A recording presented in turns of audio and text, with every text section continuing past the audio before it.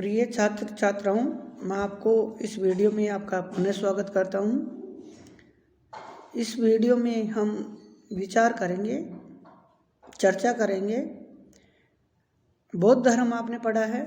इस वीडियो में हम चर्चा करेंगे जैन धर्म के बारे में। जैन धर्म दर्शन, विचार, आचार, भारतीय सभ्यता और संस्कृति को देन, इनके सिद्धांत, इनकी विचारधारा और एक महत्वपूर्ण देन के संदर्भ में हम चर्चा करेंगे शायदवाद का सिद्धांत, जो शायद आज अगर संपूर्ण मानव जाति के लोग अपनाएं तो ये जो विरोधाभास हमें दिखाई देता है, अंतर्द्वंद जो दिखाई देता है, द्वेष भावना, वो शायद समाप्त हो जाए। खैर, इस वीडियो में मैं आपको इस वीडियो में केवल महावीर स्वामी से पहले का जो जैन धर्म है उसी के संदर्भ में मैं आपको बताना चाहूँगा, क्योंकि वो भी महत्वपूर्ण है कि हम बात करते हैं कि 6ठी सदी ईसा पूर्व हम बात कर रहे हैं जैन धर्म और बौद्ध धर्म यानी नवीन धार्मिक आंदोलनों के संदर्भ में। तो क्या जैसे बौद्ध धर्म है, महात्मा बुद्ध की नवीन देन है, लेकिन जो जैन धर्म है वो 6ठी सदी ईसा पूर्व में अपने आप में 6ठी सदी ईसा पूर्व की देन नहीं है। या यूं कहें कि महावीर स्वामी जी की भी देन नहीं है। जैन धर्म का इतिहास बहुत प्राचीन है, पहले से ही जैन धर्म अस्तित्व में था। हम जैन दर्शन, जैन साहित्य की बात करते हैं, जैन परंपरा की बात करते हैं, तो जैन परंपरा अनुसार, जैन मान्यता अनुसार वो कहते हैं कि जितना वैदिक धर्म, जितना हिंदू धर्म प्राचीन है, सनातन धर्म, उससे भी प्राचीन धर्म है जैन धर्म।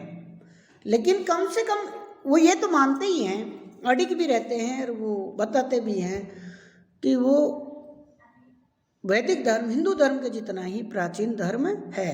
तो बात जो सामने निकल के आती है वो ये है कि महावीर स्वामी जो 6ठी सदी ईसा पूर्व में उनका जन्म हुआ और उन्होंने जैन धर्म को एक आंदोलन के रूप में, एक बड़े व्यापक रूप में जो प्रतिष्ठापित किया, जो उसकी लोकप्रियता का कारण बने, जो विचार, जो दर्शन, जो धर्म, आचार विचार लोगों के सामने रखा, लोगों ने तहे दिल से स्वागत किया, तो वो महावीर स्वामी की देन नहीं है जैन धर्म।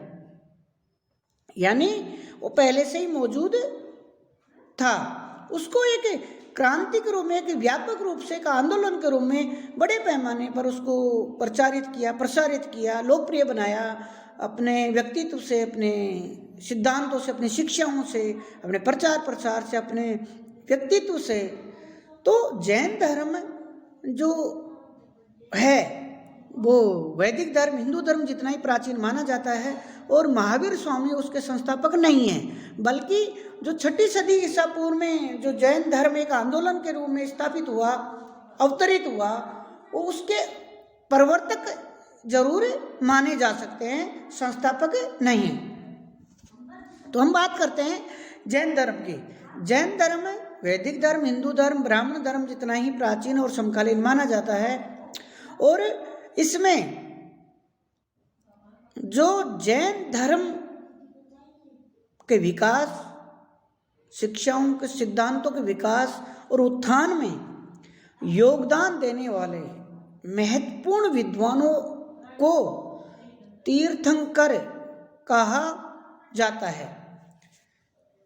यानी जैन धर्म के उत्थान, विकास, उसकी समृद्धि में, उसके प्रचार प्रसार में योगदान देने वाले विद्वान महात्माओं को, विद्वान संतों को जैन धर्म में तीर्थंकर कहा गया है। और जो परंपरा अनुसार 24 जैन तीर्थंकर हुए हैं।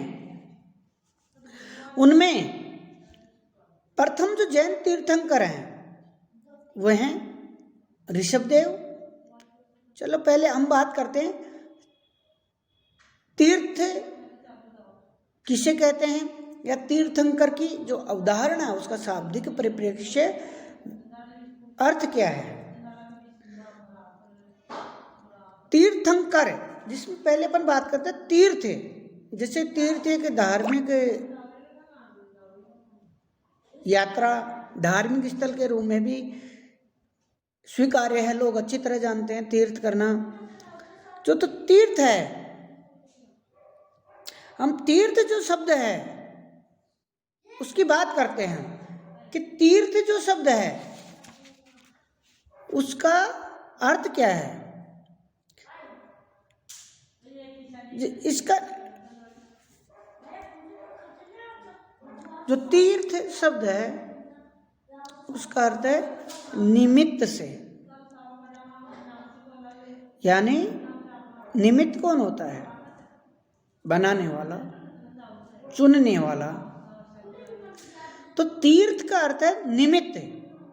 और कोई निमित्त कैसा निमित्त है, जो मनुष्य को, सांसारिक प्राणी को इस संसार से के बहुसागर से पार उतारे,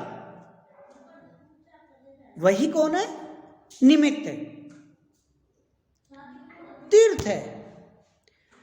जो सामान्य मनुष्य को, सांसारिक मनुष्य को इस संसार के बहुसागर से पार उतारे वो तीर्थ है। और ऐसे निर्मित, ऐसे निमित्त, ऐसे निमित्त को बनाने वाले, निर्मित करने वाले को तीर्थंकर कहा जाता है। तो मैं आपको एक परिभाषा के रूप में आपको इसको आप समझना चाहें तो तीर्थ वो है जो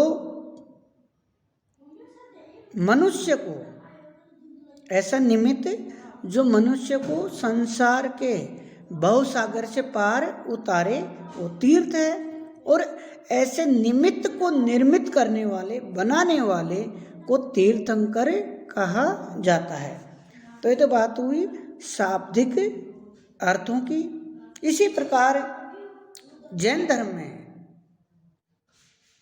24 तीर्थंकर माने गए हैं, माने जाते हैं, जिसमें पहले जो जैन तीर्थंकर जो थे वो थे ऋषभदेव, जिनको आदिनाथ के नाम से भी जाना जाता है। ऋषभदेव, आदिनाथ, वो जैन धर्म के संस्थापक माने जाते हैं। जो 23वें तीर्थंकर थे वो थे पार्श्वनाथ।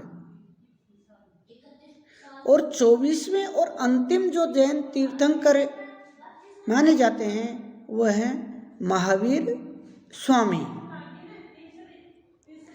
तो हम बात करते हैं जैसे जैन तीर्थंकरों की, तो इसमें जैसे मैं आपको नाम इनकी बात करते हैं तो